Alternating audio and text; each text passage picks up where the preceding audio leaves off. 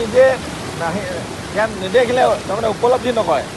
এতিয়া এই পানী যিমানখিনি পানী আছে, পানীৰ যিটো সোঁত, তাৰপিছতো আমি মানে আজি ধৰি লওক 2 দিন ধৰি 3 দিন ধৰি মানুহ অনাহাৰে আছে। আমি মানে ৰিলিফ দিবলৈ এতিয়াও আহিবলগীয়া হৈছে। গতিকে আমি নাজিৰাবাসী ৰাইজক আমি আপোনালোকক আশ্বস্ত কৰিছোঁ, আমি যিমান পাৰোঁ আমি সকলো একেলগে কষ্ট কৰি আমি আগবাঢ়ি যাব লাগিব বিপদৰ সময়খিনিত। গতিকে আমি আপোনাক অনুৰোধ জনাইছোঁ, আৰু বহুত জেগাত আমি হয়তো ৰিলিফ দিব পৰাও নাই, সেইটো নহয় যে আমি চব জেগাতে পাৰিছোঁ, কিয়নো লাখৰ ঘৰত মানুহ ইয়াত ক্ষতিগ্ৰস্ত হৈছে। গতিকে আমি আশা ৰাখিছোঁ মানে সকলোৱে জানি এই বিপদৰ সময়খিনিত ধৈৰ্য সহকাৰে এই পৰিস্থিতি যাতে মোকাবিলা কৰিবলৈ আগবাঢ়ে।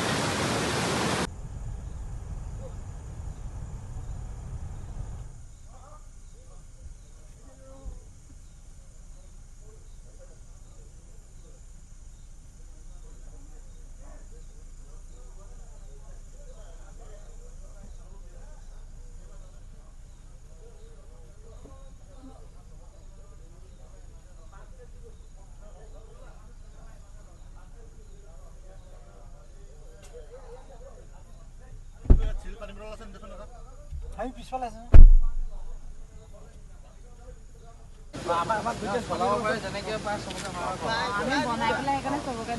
আকৌ কাইলৈ আমি আকৌ পঠিয়াম, কিন্তু এতিয়া ডাঙৰ যে এই ৰাস্তাটো আকৌ গোটেইটো মানে কেনেকৈ আহিছোঁ মানে আপোনালোকে ভাবিব নোৱাৰে।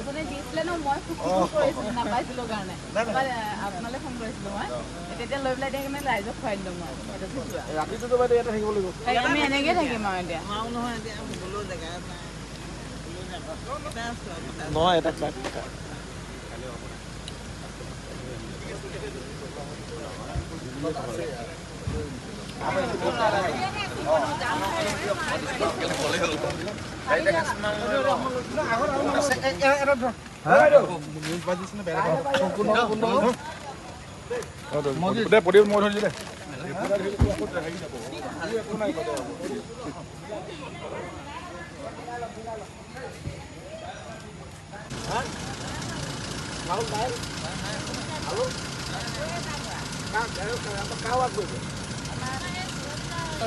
ডিষ্ট্ৰিবিউশ্যন কৰি আছিলে, কিন্তু পানীটো হঠাৎ অহাৰ লগে লগে আপোনাৰ খুবেই নিজৰ এতিয়া খাবলৈ চাউল দাল আছে নাই?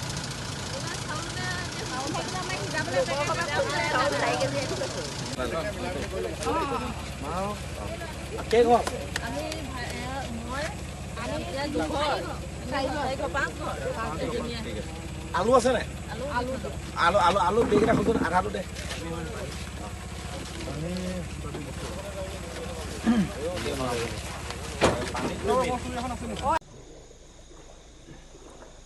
এতিয়া সময় প্ৰায় 11 বাজিছে নিশা, আৰু এই মুহূৰ্ততো সমষ্টিবাসীৰ কাষত আছে নাজিৰাৰ বিধায়ক ময়ূৰ বৰগোহাঁই, আৰু এই মুহূৰ্তত একাঠো পানী পাৰ হৈ তেওঁ সমষ্টিবাসীৰ কাষত তেওঁ সহায়ৰ বাবে আহিছে।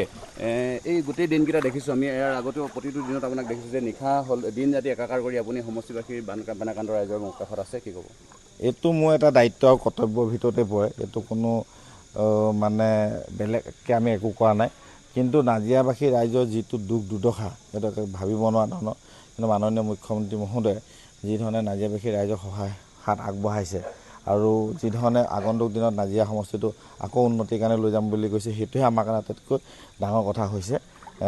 কালি তেওঁ নিজেও আহিছে চন্তক জেগা বাগানলৈ, য'ত আটাইতকৈ আমি বেছি ক্ষতিগ্ৰস্ত হৈছোঁ।